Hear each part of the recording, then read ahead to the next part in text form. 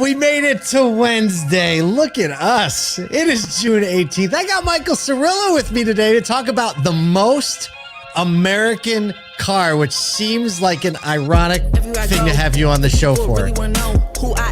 I mean, sometimes I feel like you may be more American than me at this point, that you live in Texas. What? Here's what I've learned. The minute I moved to Texas, I found my people. Because in Canada, everybody's like, you're kind of stern sometimes. And one time when we first moved here, not quite polite enough for Canada. Not quite polite enough. It was like, this guy's really direct. He's a little honest, a little too honest. Yeah. A little too honest. We had an experience right after we moved here where my kids were getting immunizations for school, and my one son was kind of making a fool of himself, and I'm giving him there's a time and a place, and I see this dad at the pharmacy window look back at me, and Canadian Michael kicked in. I'm like, oh, it's about to go down. I got to prepare. This guy's going to lash out at me and say you're being too strict. And he walks straight up to me, and I will not lie, I clenched my fist ready to go. He walks straight up to me and goes, "Good job," and fist bumps me. Oh, you were like, I have arrived. I have arrived. That's an amazing story. What a way to start a Wednesday with a story like that. If you didn't know, and you probably do, Michael Cirillo hails from Texas. Hails from Canada, moved to Texas. And when he got there, one of his newly found fellow Texans said, Canada and Texas have a lot in common. And he goes, really? And he says, yeah, they both border the United States. That's one of my favorite lines ever. Oh, man. Well, we're having a lot of fun releasing our ASOTUCON Sessions podcast that were recorded live at ASOTUCON. So if you couldn't be there, you can listen to these podcasts that were recorded in front of a live studio audience. I love it. I wasn't able to be there for a lot of these podcasts. Michael, you hosted a bunch of these. What was that experience like? It was a blast. And I was so excited because the live audience, I mean, for those that couldn't make it, it's amazing. You got to come next time. The live audience was there. It was interactive. And the conversations were just next level. I really enjoyed it. I think next year, maybe we hand things out to the live audience. We rent out Cowboy Stadium. Yeah.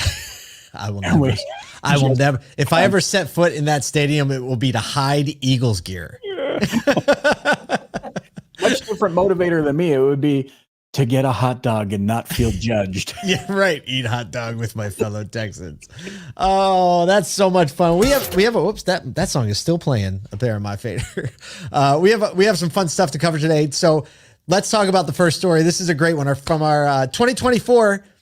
Cars.com American Made Index reveals the most American made cars for this year, bringing in, I would say, some surprise shifts in the top 10. So our friends at Cars.com do such great editorial work. They put this list together. It's basically determined by 5 key criteria to ensure a comprehensive assessment of a vehicle's domestic production impact. So they talk about assembly location, percentage of U.S. and Canadian parts. Love it. Do that. Let's include those. Origin of the engines, origin of the transmissions, and then the balance of U.S. manufacturing workforce. So it's all of that combined for the third year in a row. Michael, do you know what the most American car is? Oh, no. Tesla Model Y. I should have. You should have known that. Model. You missed that. I thought I was setting one right over the net for you. So basically, the Tesla Model Y, number one for the third year in a row as the most American car. Tesla's other models have actually dropped down in some of their rankings due to Tesla's workforce calculations. Here are the top 10. Tesla Model Y. This is going to surprise a lot of people. It surprised me. Tesla Model Y, Honda Passport, Volkswagen ID4, Tesla Model S, the Honda Odyssey, Honda Ridgeline, Toyota Camry, Jeep Gladiator. We got a Jeep on there at number 8, Texas Model X, and the Lexus TX. Get this. GM, General Motors, right? You think Detroit, big 3. General Motors doesn't show up on this list until number 23. Whoa. With the Colorado, and Ford is on the bench until number 31. Whoa. With the Mustang. What? I feel like you could say that in 40 years from now with your old man. What? What did you say? That's exactly. I was shocked. I was completely shocked. You know what's crazy? Because what threw me off is you said American car. Yeah. And I was going to the big three. Absolutely. Like I'm thinking American made. Is it F-150? Is it a, No. I mean, how many Teslas in the top 10? All of them. Legitimately, all of them. Oh, that's going to tick some people off. Well, I think this is something that we as an industry, it's easy to forget about, right? Because there is this like kind of like real competitive thing. And you think of Tesla and Elon Musk and like driverless and no franchise model.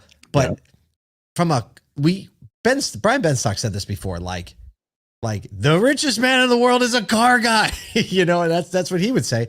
But the reality is like, here is a car and a technology that was innovated. Manufacturing was birthed from nothing, new innovative manufacturing techniques. It was kept on US soil and now is sold more than ever any other car. Like that's a pretty significant American entrepreneurial story from an immigrant who passed through Canada. He did pass through Canada.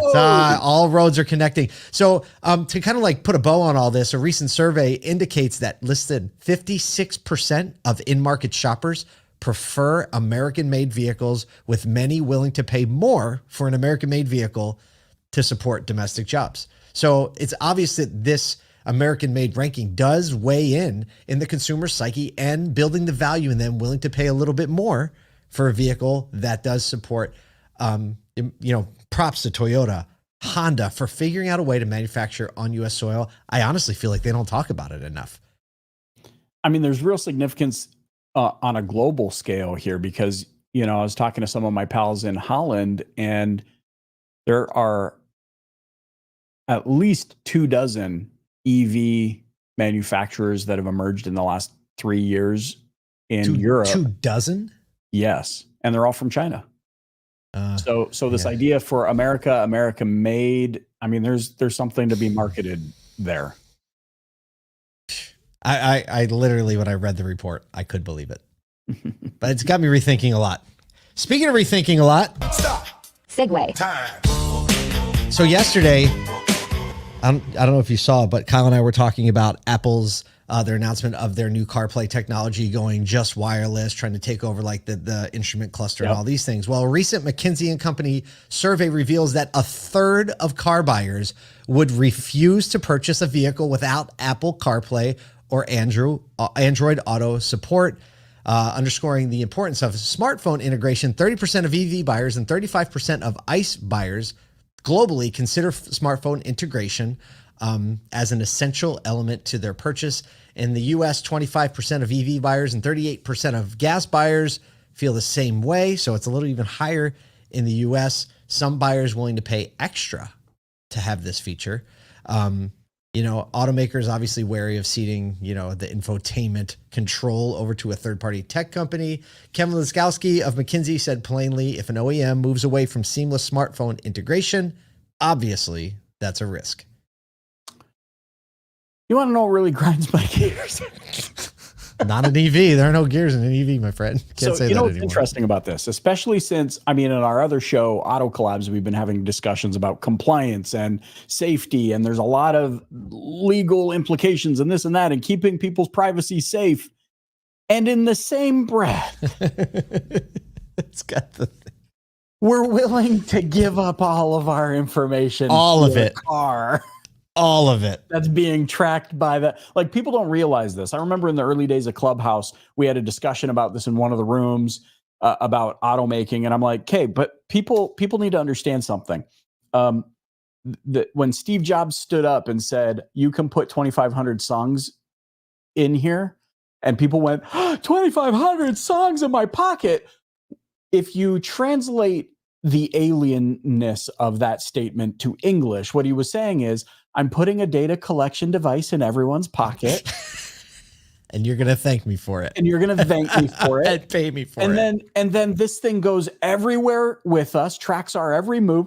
Find my phone. What an excellent feature. Yeah. Giving up more. Hey, this guy goes to You know, he goes to the grocery store a lot. This guy hangs out at 7-Eleven a lot. This is what they're gathering I on. don't think the grocery store what some people were worried about. Yeah, that was the first thought. Trust me. And then I'm like, I gotta go a little bit more Like, whitewash PG-13. this one a little bit.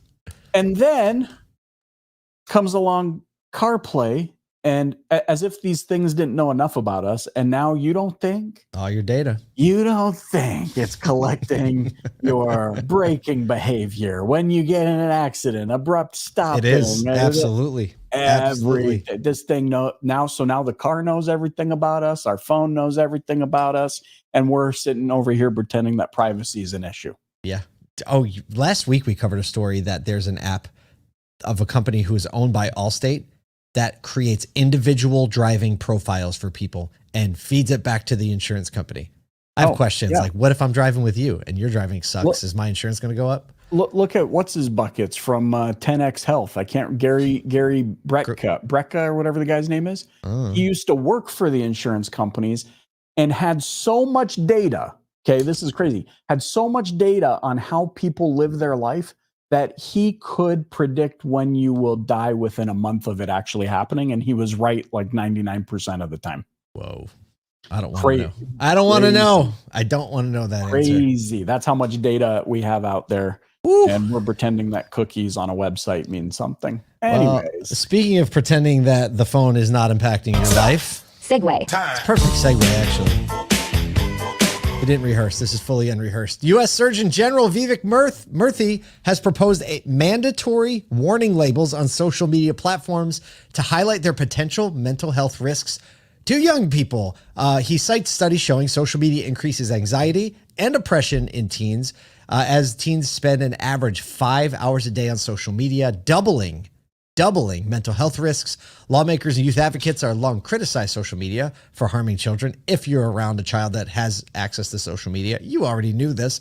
He's urging Congress to legislate warning labels stating that the mental health crisis amongst young people is an emergency. He told CNN, quote, I put forward this call warning because I think it's essential that parents know what we know now, which is that there are significant harms associated with social media use.